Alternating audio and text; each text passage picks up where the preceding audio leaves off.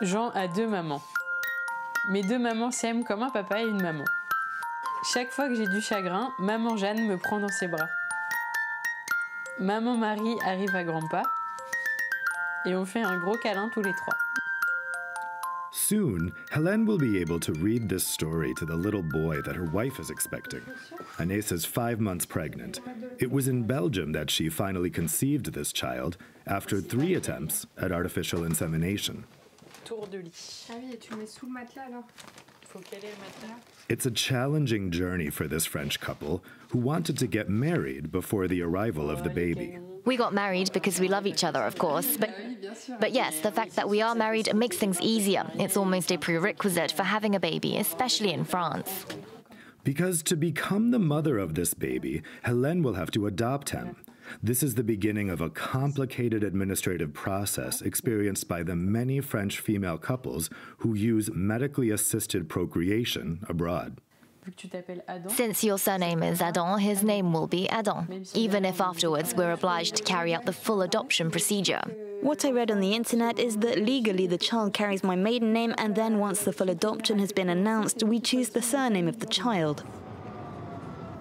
To learn more, the couple approached an association in Strasbourg. A priority for both women is to take all the necessary steps so that Hélène has full parental rights. Since Hélène is not officially recognized as a mother, if I die on the day of birth and my family objects to our union, well, they can take the child away from her. These are not immediate concerns for this other couple of French women. Arriving here from Lyon, Virginie and Magali wish to start an MAP procedure in Belgium. They do not yet know which of the two will carry the child. Bienvenue à Bruxelles. Qu'est-ce que je peux faire pour vous, mesdames? Faire en sorte qu'on puisse mener à bien notre projet d'enfant. After examining the file, the gynecologist advises Virginie to receive the insemination. Not knowing who's going to carry the baby, it's hard to project ourselves, if only physically. In the case of French patients, the doctor is particularly careful to limit travel to Brussels. Once we start a treatment, we try, as much as possible, to get most of the exams done back home in France. The couple comes to us only for the technical act of artificial insemination. Before starting the procedure, the couple must sign this consent form, an act that serves as an official recognition of their desire to have a child. Back in France, we feel we're on the brink of doing something illegal. Here we can talk freely. The staff is welcoming and understands us, so it's very nice. They've scheduled an appointment in a month for the first attempt. It's clear that what we're doing here, traveling abroad, spending a lot of money, isn't always possible for all couples. People do have this kind of project at heart, but it isn't always affordable. There's a lighter atmosphere for this couple of Belgian women at the beginning of their MAP procedure. Je trouve ça très mignon pour une petite fille, autant pour un garçon. Je préfère l'autre. Bonjour, docteur. Comment allez-vous? Bonjour, très bien, venez. Because Emmanuelle is the youngest, she will carry the child. Initially, Isabeau wanted to be pregnant and had trouble accepting that. But at least in Belgium, for 3 years, legal status has been guaranteed for both mothers, co-maternity.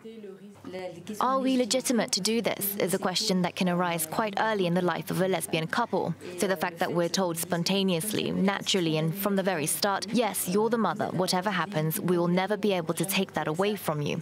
Well, that's amazing, because we already have to fight to be accepted by society, to fight to have a child. We shouldn't also have to fight to both be parents. At each attempt at insemination, the couple sign a consent form. It is this document that gives maternity rights to both women.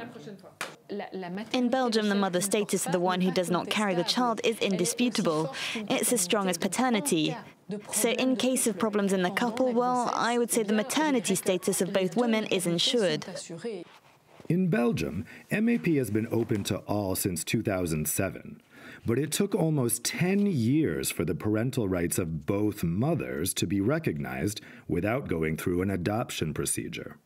It took a little more time to accept that filiation, or the line of descent in the legal sense of the term, was no longer strictly limited to the act of conceiving in a genetic or biological sense. Didier and his husband used a surrogate mother in the United States to conceive their daughter. In 2015, this activist welcomed the law on co-maternity in Belgium, but he would like to extend this right to male couples who have become parents through surrogacy. Restricting this law to women only, of course, it creates an injustice for male couples who, in a surrogacy situation, are facing the same issues. Yet the co-father isn't granted the opportunity to also become a parent immediately. In Belgium, the practice of surrogacy is tolerated, but has no legal framework for the moment.